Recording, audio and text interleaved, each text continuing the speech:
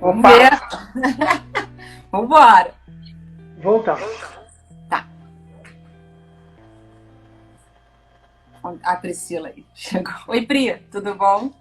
Legal. Então, assim, e aí, cara, a questão em que a gente estava falando sobre A o cultura de hábito, dados. Criar a cultura o de diálogo. hábito, né, de analisar dados e entrar para a cultura, né?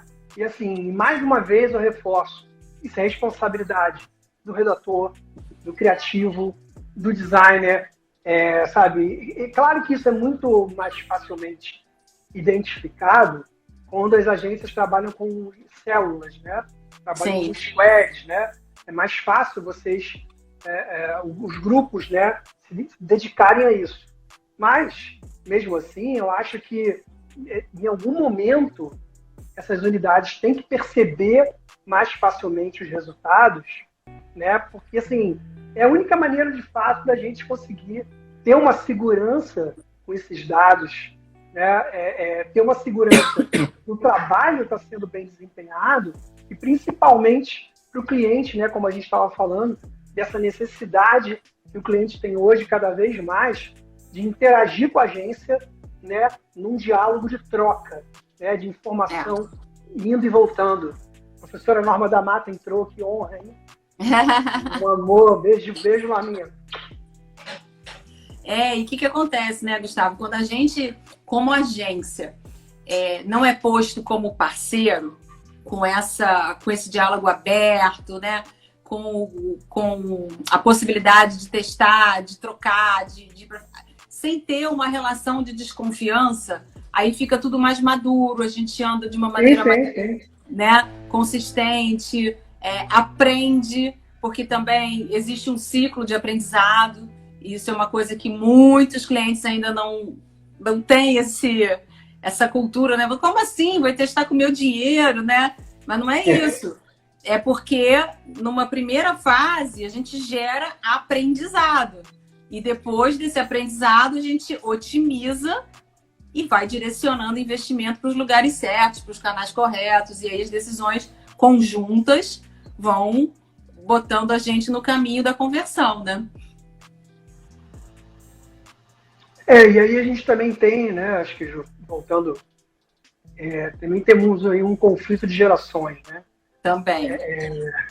Tem a turma que está envolvida com números, e a nossa escola aí, eu estou há 29 anos, você está no mercado parecido aí também, né? E a gente vive momentos em que a gente viu a internet sendo construída, né, lentamente, tijolinho por tijolinho. E isso para mim para a gente é muito natural, justificar números, dados. E nós temos uma geração mais instantânea, que é uma geração muito descolada do desktop, né, que é ali você pode trabalhar mais confortavelmente, né, otimizando a vida num celular, uma geração mais mobile, em que ela tem tudo muito mais resumido e é mais imediato. Então, de fato, a percepção de resultado ela acaba sendo instantânea, com pouco detalhamento, né? Ela acaba sendo mais veloz. Só que no mundo corporativo, né, a gente precisa desse aprofundamento, a gente precisa dessa análise de dados para que todo esse ecossistema faça sentido. Sim, então sim. Ainda tem esse tipo de vivência que é muito difícil. Né? E os dashboards vêm todos muito prontinhos, né? Então, assim, o Facebook ele entrega um volume de dados absurdo, o Analytics entrega um volume de dados absurdo. Então, como aquilo ali já está pronto, é o que o Esteves falou na semana passada. A gente cria uma geração que já recebe aquilo pronto, então ela começa a não questionar muito mais, né? A gente entender que precisa cruzar um dado que está no Analytics com um dado que está na plataforma de venda. Então, assim, são números também que muitas vezes não batem, né? Então, o dado que está lá no Analytics não vai ser o mesmo dado que está na plataforma de venda, que também não vai ser o mesmo dado que vai estar no Facebook. Então, temos que escolher uma verdade e seguir naquela. Né? E o vendedor da empresa jura que o resultado é outro. Ainda tem, ele jura porque jura que foi outro, entendeu? Então, assim, é uma sopa, né, de dados, de números, que é confuso isso, né? E a relação tem que ser de confiança, né? Sem dúvida. Bom, se o pessoal tiver com alguma pergunta sobre o tema, aproveita para a gente poder embalar aqui. Um ponto que eu ia trazer, assim, quando você já falou um pouquinho, né, assim, as tecnologias que a gente utiliza, né, de e-mail, de mapeamento de branding e tal, vem com muitos dados, né? A gente não está nem falando de um aprofundamento de dados, de um API, né, de uma leitura mais profunda. A gente está falando de simplesmente uma leitura interpretativa, de uma tabulação coerente, né, e de uma interpretação do fato, né, da nossa experiência. O que você acha? Hoje em dia, a gente tem uma oferta completa desses dados. Você percebe que algumas empresas, as informações estão um pouco aquém, porque assim, às vezes eu vejo muito copy-paste, né? Copia-se o que está na ferramenta, bota-se no PowerPoint. Mas aquilo não é conclusivo, aquilo não é interpretativo, né? A gente sente muita dificuldade às vezes, né? Não sei se foi o Franz que comentou que a Zeng ia começar a interpretar um pouco mais, não é isso? Tem mais inteligência, né? Mais inteligência de interpretação, né? Isso seria uma mudança muito forte para o mercado. Porque o que acontece, né? Se a gente não se aprofunda no dado, né? Eu aprendi uma vez com um cliente que você vem, né? Você vem aqui numa reta, aí você precisa se aprofundar, tomar uma conclusão e subir. É o U, né? O que a gente tem feito é saído daqui direto numa reta para cá. Então a gente não aprofunda, e aí quando a gente não faz isso, a gente perde a nossa capacidade de análise, né? Porque você faz tudo correndo, rápido, isso aqui print do Google Analytics, print do Facebook Ads, print... Não, né? São as leituras rasas, né? Exatamente. Então a gente precisa, de fato, criar um conhecimento analítico, né? Que é importante, assim, para você tirar a conclusão, né? Como é que você vai tirar a conclusão de uma coisa que você não se aprofundou, né? Então vai ser muito o que a própria plataforma sugere, né? Faça isso, faça aquilo, vai para lá, vai para cá. Se você entrar no Analytics hoje, tem uma coluna assim do lado em que ele sugere já insights. Faça isso, faça aquilo. Então, se você entra no modus operandi automático, sim, é isso. Você vai fazer o que a plataforma está dizendo para você. E muitas vezes, né, Gustavo, é o que é interessante para eles que a gente faça. Porque aí vem um viés financeiro, né? Lógico. Mas assim, quando eu comento em alguns eventos assim, que eu leio muito e estudo sobre antropologia digital, e aí eu gosto de novo, assim, novamente, de citar a pesquisadora Amber Casey, que é uma inglesa, e ela comenta muito sobre isso. Ela falou, cara, eu me identifico como uma ciborgue digital, né, ao estar acoplada com um telefone na mão. Eu posso falar com muitas pessoas e escutar. Então, quando eu tiro o telefone da minha mão, eu só falo com uma pessoa por vez, né? Então, essa amplitude que a máquina me dá, mas ao mesmo tempo, ela comenta, se eu não olho, eu não observo a pessoa na rua se comportando, eu não consigo entender o uso do celular. Eu tenho que entender, entendeu? Então, ela gosta muito de balancear a análise, né, do comportamento, da vida acontecendo, junto com a massa de dados. Exato.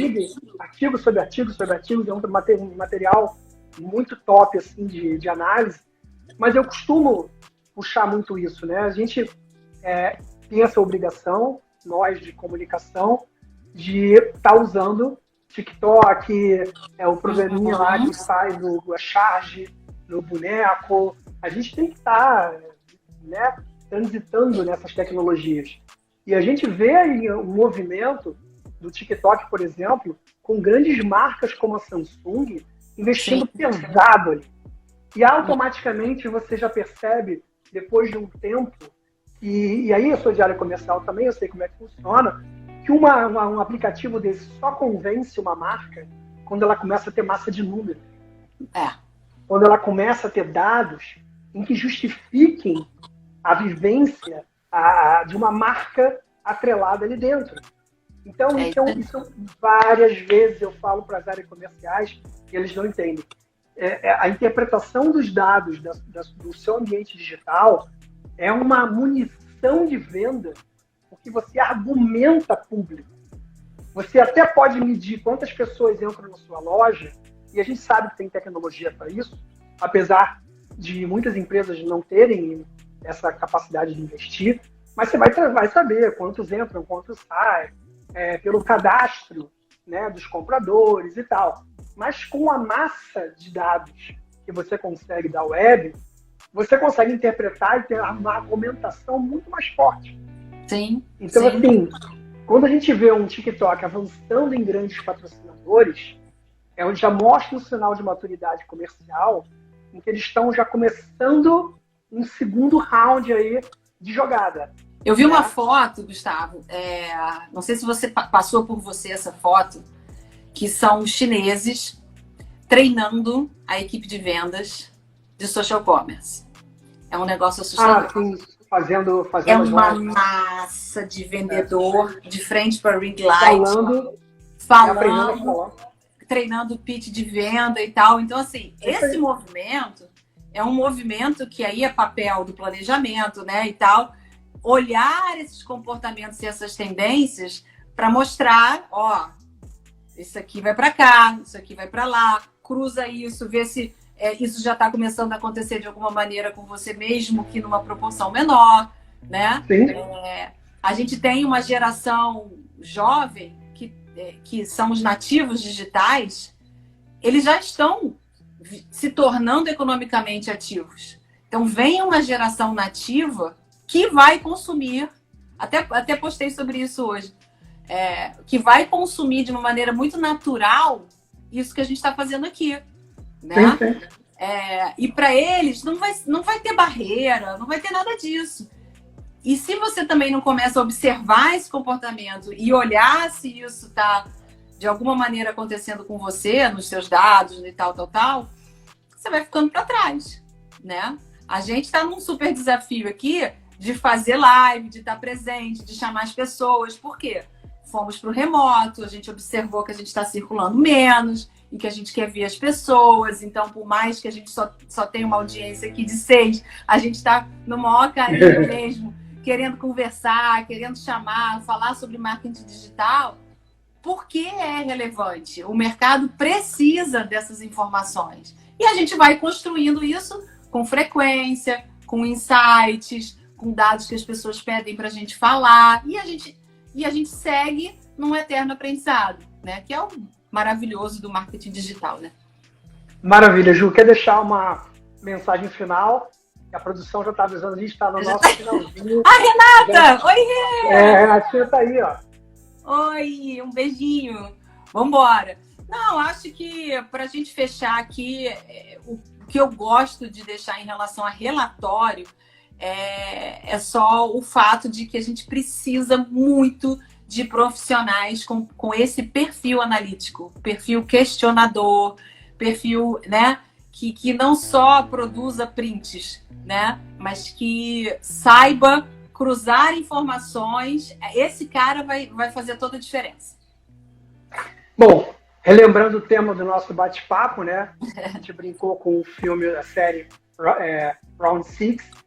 Então, assim, se você acha que relatório é uma brincadeira, cuidado, essa brincadeira pode matar a sua empresa.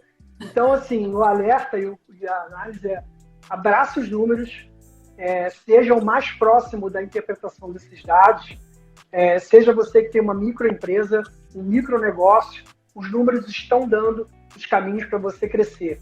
Se você é uma grande empresa, você tem um problema que você tem muitos números. Você tem que ter a competência de interpretar.